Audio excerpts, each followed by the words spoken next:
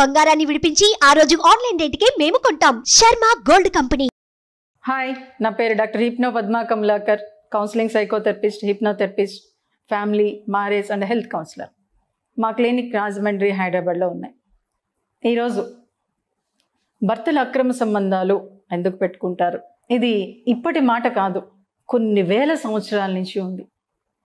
ఎందుకంటే 1910లో మహిళలు తమ హక్కులు పోరాటం కోసం బయటికి రావటం మొదలుపెట్టారు. అలా బయటికి రావటం మొదలుపెట్టాక చాలామందితో కలిసి పనిచేయటంతో మగవాళ్ళు ఆడవాళ్ళతో అక్రమ సంబంధాలు పెట్టుకోవటం అనేది అప్పట్లోనే స్టార్ట్ అయింది.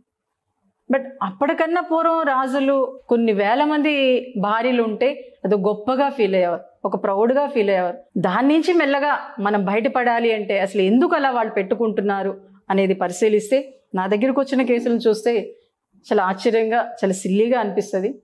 ఒకసారి ఒక వైఫ్ అండ్ హస్బెండ్ రావటం జరిగింది.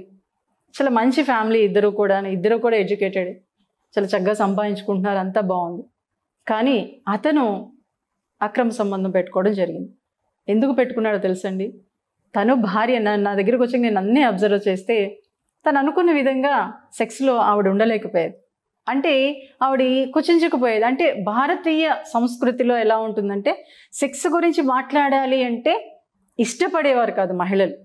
అలా ఇష్టపడకపోవడంతో ఆయన ఏం చెప్పినా కానీ ఆవిడ స్పందించేది కాదు, రెస్పాండ్ అయ్యేది కాదు. అతను ఏం మాట్లాడినా కానీ ఒక బండరాయిలాగా, ఒక గాజు బొమ్మలాగా అలా నిలబడిపోయేది. దాంతో మగాడికి ఏంటంటే ఒక స్పందన అనేది లేకపోవడంతో అతను బయటికి వెళ్ళి అక్రమ సంబంధాలు పెట్టుకోవటం అనేది జరిగింది. కానీ ఇది చాలా సిల్లీగా అనిపిస్తుంది. ఎందుకు అంటే ఒక లేడీ అలా ఉంది అంటే చాలామంది లేడీస్ అండి పాపం తెలియదు, నిజంగా అనకూడదు కానీ అటు అమ్మ చెప్పదు, ఇటు అత్త చెప్పదు, ఇటు భర్త కూడా చెప్పడండి. ఆ తర్వాత క్రమంలో నేను మెల్లగా ఆయనకి చెప్పడంతో, సార్ ఇది ఆ అమ్మాయికి ఏమీ తెలియకపోవటం వల్ల, ఎందుకంటే చాలామంది భర్తలు ఏమనుకుంటారంటే నా భార్యకి నేను చెప్తే ఏమనుకుంటుందో అనే ఫీలింగ్, ప్లస్ ఈ అమ్మాయి తల్లిని అడిగితే, అత్తని అడిగితే వాళ్ళు ఏమనుకుంటారనే ఫీలింగ్ తోటి ఆ అమ్మాయి ఆ హస్బెండ్కి సహకరించడం మానేసింది. కాబట్టి అతను అక్రమ సంబంధం పెట్టుకున్నాడు. అలాగే ఇంకొక కేసు చాలా సింపుల్గా సిల్లీగా అనిపిస్తుంది మీకు. అసలు భర్త దగ్గరికి వచ్చి డ్రెస్ తీస్తున్నా కానీ ఆ అమ్మాయి ఇష్టపడేది కాదు. ఇంకా వెక్స్ అయిపోయాడు. 3 years అయిపోయింది, 4 years అయిపోయింది, 5 years అయిపోయింది. అస్సలు డ్రెస్ ముట్టుకొని ఇలా చేయి పెడితే చాలు మళ్ళీ సెక్స్ పరంగా ఫ్రీగా ఉండేది, కానీ ఆ డ్రెస్ విషయంలో ఇష్టపడేది కాదు. కానీ జనరల్గా ఏంటంటే లేడీ అయినా మగాడైనా కానీ ఫిజికల్ అటాచ్మెంట్ ఉన్నప్పుడు వితౌట్ డ్రెస్ ఉంటే వాళ్ళిద్దరూ కూడా చాలా హ్యాపీగా ఉండగలుగుతారు. కానీ అది చాలామంది లేడీస్కి తెలియదు. కొంతమంది జెంట్స్ ఏదో పెళ్లి చేసుకున్నా అయిపోయింది కార్యక్రమం అనే వేలోనే ఆలోచిస్తారు. కానీ ఈ ప్రపంచంలో ఒక సెకండే అది, లేకపోతే ఒక నిమిషమే, దానికోసం మీరు ఎంత ఫ్రీగా ఉండగలిగితే మీ ఫ్యామిలీ కానివ్వండి, మీరు చేసే వర్క్ కానివ్వండి చాలా అద్భుతంగా ఉంటుంది. అది చాలామందికి తెలియదు. అది చెప్పిన తర్వాత వాళ్ళ మిస్సెస్కి, అంటే పాప నిజంగా అనకూడదు కానీ ఒక లేడీ చదువుకున్న ఆవిడ కూడా అటు తల్లిని, తండ్రిని, లేకపోతే అటు అత్తని ఎవరిని అడిగినా కానీ ఏమన్నా అనుకుంటారేమో అనే ఫీలింగ్ లేడీస్లో చాలామందిలో ఉంటుంది. కానీ చాలామంది అంటారు స్వాతి బుక్లు అవే కదండి లేడీస్ చదివేది అంటారు. వెరీ గుడ్, చదువుతారు అంతవరకే. మళ్ళీ హస్బెండ్తో చెప్తే హస్బెండ్ ఏమనుకుంటాడో అనే ఫీలింగ్ లేడీస్తో ఎక్కువ ఉంటుంది. అలా ఉండటంతో ఆ డ్రెస్ ఎప్పుడైతే ఆవిడ ఇష్టపడలేదో అతను అక్రమ సంబంధం పెట్టుకున్నాడు. సో ఇవన్నీ ఎలా అనిపిస్తుంది, చాలా సిల్లీగా అనిపిస్తాయి. ఇక్కడ మగాళ్ళు కూడా ఏం చేస్తారంటే మ్యాక్సిమం ఒక భార్యకి చెప్పాలి అంటే ఇష్టపడరు. ఒక భార్య ఆప్యాయంగా మాట్లాడుతుంది అంటే ఆ టైంలో వాళ్ళు పట్టించుకోరు. అదే బయట ఆడవాళ్ళతో చాలా చక్కగా, చాలా సిల్లీగా, చాలా సరదాగా, చాలా లవ్లీగా మాట్లాడేస్తారు. కానీ ఇక్కడ భార్య వచ్చేటప్పటికి అబ్బాయి ఇంట్లో అన్ని పనులు ఉన్నాయి, ఈ పనులు చేసుకుంటూ ఇవన్నీ చేసుకుంటూ ఏం మాట్లాడుతుంది అనే వేలోకి వెళ్ళిపోతారు.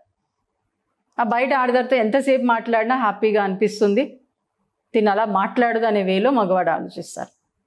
ఇంకొకటి మీకు సిల్లీగా అనిపించవచ్చు, పాపం అతనికేమో చాలా డ్రీమ్స్, చక్కగా హోటల్స్కి వెళ్ళాలని, మంచి మంచి ప్లేసెస్కి వెళ్ళాలని, అక్కడ భార్యతో ఎంజాయ్ చేయాలని అతని కోరిక.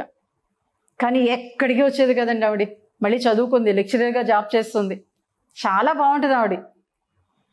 కానీ ఎక్కడికి రమ్మన్నా సరే వెళ్ళేది కాదు. అక్కడ ఏ ప్లేస్కైనా సరదాగా వెళ్దాం రావే అంటే నేను రాను, అమ్మ ఏమనుకుంటుందో లేదా అత్తయ్య గారు ఏమనుకుంటారని. అతనితో దాంతో ఆయన వెక్స్ అయిపోయి హ్యాపీగా బయట వాళ్ళని తీసుకొని ఎంజాయ్ చేయడం మొదలుపెట్టాడు. అలాగే ఇంకొకటి మీకు ఇంకో కేసు గురించి, అతను బయట వాళ్ళతో ఎందుకు వెళ్ళాడో తెలుసా? పాపం ఎంతో చెప్పి చూసేవాడు ఆవిడతో, సరదాగా మాట్లాడవే, లవ్లీగా మాట్లాడవే, సెక్సీగా మాట్లాడవే అంటే అస్సలు మాట్లాడేది కాదు. ఇంకా దాంతో వెక్స్ అయిపోయి బయట వాళ్ళతో చాలా హ్యాపీగా మాట్లాడడం చేయడంతో బయట ఎంజాయ్ చేయడం మొదలుపెట్టాడు. ఇవన్నీ చాలా సిల్లీగా అనిపిస్తాయి, కానీ మగాడు ఏమవుతుందంటే ఆ టైంలో ఆ క్షణంలో మాట్లాడేశాను, ఎంజాయ్ చేసేసాను అంతే, దాన్ని మర్చిపోతాడు, వదిలేస్తాడు. అలాగే డర్టీగా కూడా చాలామంది మగవాళ్ళు, అదే ఒక లెజెండ్గా ఉన్నవాళ్ళు ఇష్టపడతారట సైకాలజీ ప్రకారం. అది జనరల్గా ఇంట్లో ఆడవాళ్ళు ఇష్టపడరు, దాంతో బయట అక్రమ సంబంధాలకి వెళ్ళిపోతూ ఉంటారు. ఇవన్నీ కూడా ఎలా ఉంటుందంటే ఈ సమాజంలో మనం ముందుకెళ్తున్న క్రమంలో చాలా జుగుప్సాకరంగా, చాలా అసహ్యంగా మనం అనుకుంటాం. కానీ ఆ టైంలో ఆ మగవాడి పరిస్థితి వాళ్ళకు అనుకూలంగా, వాళ్ళ డ్రీమ్స్కి అనుకూలంగా వాళ్ళు ఏ విధంగా ఉండాలి, ఎలా ఉండాలి అని అనుకునే విధంగా వాళ్ళు లేకపోతే వాళ్ళ డిస్టర్బెన్స్ ఉంటుంది. కాబట్టి వాళ్ళు ఇలా అక్రమ సంబంధాలు పెట్టుకోవడానికి ఎక్కువ అవకాశాలు ఉన్నాయి. మీరు ఆలోచిస్తే మటుకు మీరు బయట ఆడవాళ్ళతో ఎంత చక్కగా, ఎంత ఫ్రీగా, ఎంత బాగా ఎంజాయ్ చేస్తున్నారు, ఎంత ఫ్రీగా మాట్లాడుతున్నారు అనే విషయాన్ని మీ భార్య దగ్గర, అంటే అక్కడ ఆ విషయాలు కాదు, మీ భార్యతో మీరు ఆ విషయాలు డిస్కస్ చేయండి. నువ్వు ఇలా ఉంటే బాగుంటావు, ఇలా చేస్తే బాగుంటావు అని ఒక భార్యతో మీరు ఎంత ఫ్రీగా మాట్లాడగలిగితే, అంటే జనరల్గా ఏంటంటే మన భారతీయ సంస్కృతిలో ఒక లేడీ తొందరగా సెక్స్ పరంగా మాట్లాడడానికి ఇష్టపడదు. అది ఇప్పుడిప్పుడు కాస్త వస్తుంది, బయటికి వస్తుంది. కాబట్టి అది మీరు మీ మిస్సెస్తో డిస్కస్ చేయండి. బయట వాళ్ళతో డిస్కస్ చేస్తున్నారుగా, మీ భార్యతో డిస్కస్ చేయడానికి ఏమి, చక్కగా మాట్లాడండి. ఎప్పుడైనా బయటికి వెళ్ళినప్పుడు చాలా సరదాగా ఫోన్ చేసి చాలా లవ్లీగా మాట్లాడండి మీ భార్యతో. అలా మీరు కొన్ని రోజులు అలా చేస్తూ ఉంటే ఆటోమేటిక్గా కొంతకాలానికి అరే నా హస్బెండ్ నాతో మాట్లాడుతున్నాడు కదా, నేను కూడా మాట్లాడాలి కదా అనే వేలో తను కూడా ముందుకు వస్తుంది.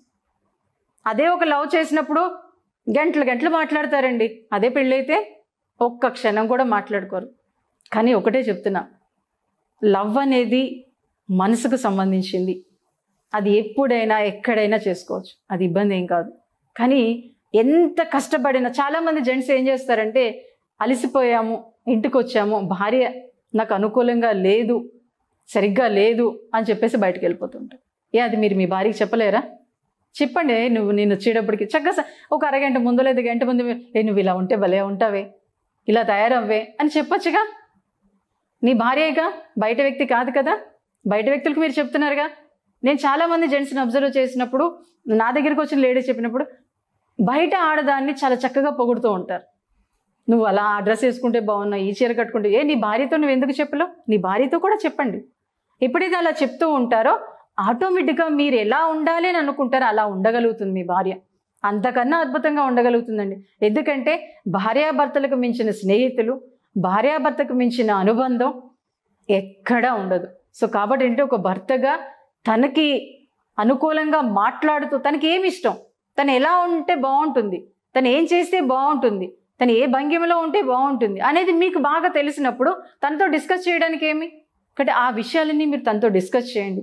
మీలో ఎమోషన్స్ ఎక్కువ ఉంటాయి, కానీ ఆ ఎమోషన్స్ కంట్రోల్ చేసుకొని కాస్త ప్రేమగా భార్యతో మటుకు ఈ విషయాలు డిస్కస్ చేస్తే అద్భుతంగా ఆవిడ ఉండగలుగుతుంది. అలాగే ఇక్కడ మీరు ఒక భర్తగా అతను ఎలా ఉండాలి ఏంటనేది నేను చెప్పాను. ఒక భార్యగా మీరు ఎలా ఉండాలంటే కొన్ని విషయాలు మీరు డిస్కస్ చేయలేకపోవచ్చు, మాట్లాడలేకపోవచ్చు. జనరల్గా లేడీస్లో ఎలా ఉంటుందంటే, అరే భర్తతో ఈ విషయం మాట్లాడితే ఏమనుకుంటాడు, నీకు బయట సంబంధం ఉందా అని ఇలాగే డైరెక్ట్ కొంతమంది మగాళ్ళు అయితే అనేస్తూ ఉంటారు. సో అలా అంటారనే భయంతో చాలామంది ఆడవాళ్ళు చెప్పలేకపోవచ్చు అండి ఒక భర్తకి.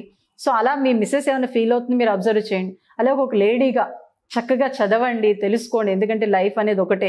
మీ భార్యాభర్తల బంధం అనేది ఒక అద్భుతమైనది, ఒక ఉన్నతమైనది. మీరు మరింత బాగా వర్క్ చేసుకోవడానికి, మరింత హ్యాపీగా మీ లైఫ్ని లీడ్ చేయడానికి భార్యాభర్తల బంధం, శారీరక బంధం అనేది ఒక అద్భుతమైన టానిక్ అండి. ఆ టానిక్ని మీరు మిస్యూజ్ చేసుకుంటున్నారు.